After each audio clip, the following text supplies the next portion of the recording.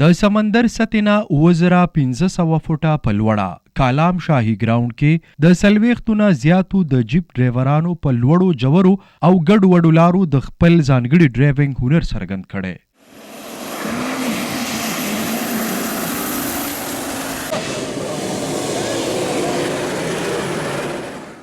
ډرایورانو په خټو او سختو لارو گاډي چلولې دي او د سختو مقابلو سره مخ وو. مقامی ډرایور فیدا نصیب کالمی ټول ډرایوران درست پریخودي او مقابله یې ګټلې. जी मेरा नाम फिदा नसीब है और ये जो ट्रैक था फुल ऑफ रोड ट्रैक था, मुश्किल था और ये तकरीबन 2.5 किलोमीटर था.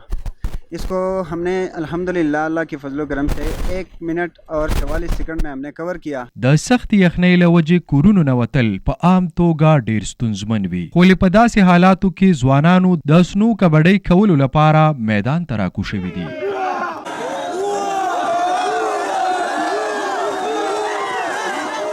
د سنو کبډۍ خوندورو مقابلو کې کالام چیلنجر ګټه ترلاسه کړي او جنډۍ خخه کړي.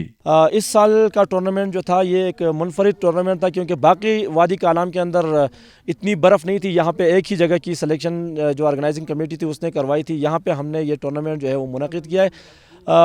यंग चैलेंजर हमारी जो टीम थी, हमने सेहदू मेडिकल कॉलेज की जो डॉक्टरों की टीम थी उसको शिकस्त देके इस साल का टूर्नामेंट अपने नाम कर लिया है.